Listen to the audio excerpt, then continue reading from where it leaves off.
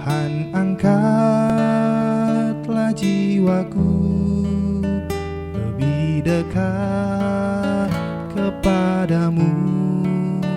Biarlah aku berdiri di tempat yang tinggi itu.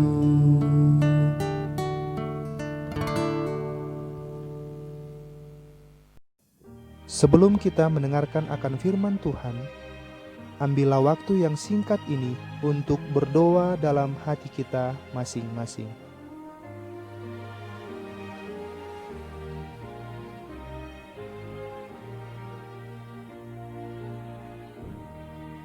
Amin.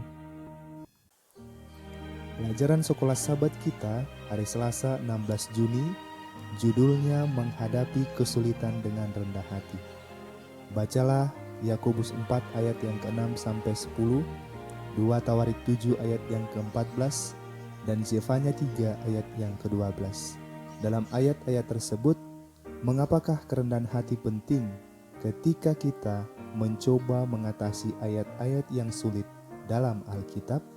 Mari kita mendengarkan lebih lanjut penjelasannya. Dikatakan, banyak orang telah mencapai kesadaran luar biasa akan pengertian kerendahan hati, bahwa mereka bergantung pada sesuatu atau seseorang di luar dari diri mereka. Mereka menyadari bahwa mereka bukanlah ukuran dari segala hal. Orang-orang ini menghargai kebenaran di atas kebutuhan egoisme untuk menjadi benar dan sadar bahwa kebenaran bukan dibuat sendiri, melainkan apa yang sedang diperhadapkan di depan mereka. Mungkin kebenaran terbesar yang dipahami orang-orang ini adalah betapa sedikitnya yang mereka ketahui tentang kebenaran. Mereka tahu, seperti yang ditulis Paulus, bahwa mereka melihat dalam cermin suatu gambaran yang samar-samar. 1 Korintus 13 ayat yang ke-12. Manfaat kerendahan hati dalam berpikir berlipat ganda.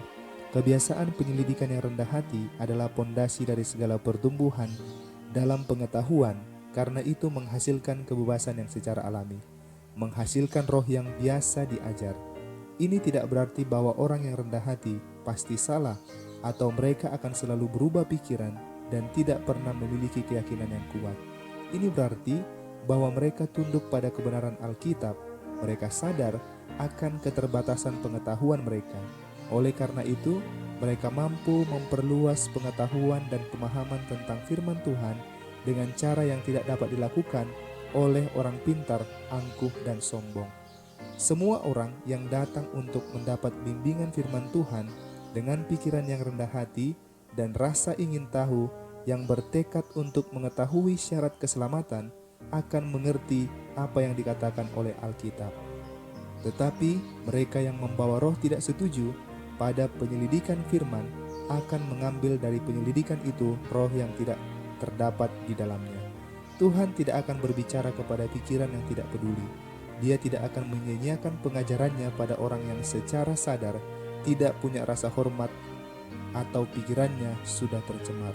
Tetapi si penggoda itu mendidik setiap pikiran yang menyerah kepada saran-sarannya dan yang rela membuat hukum Allah yang kudus tidak berpengaruh apa-apa. Saudara-saudara yang terkasih di dalam nama Tuhan Yesus, pada malam hari ini kita perlu merendahkan hati kita dan dengan tulus serta rasa hormat mencari firman kehidupan, karena hanya dengan pikiran yang rendah hati dan penyesalan yang dapat melihat terang.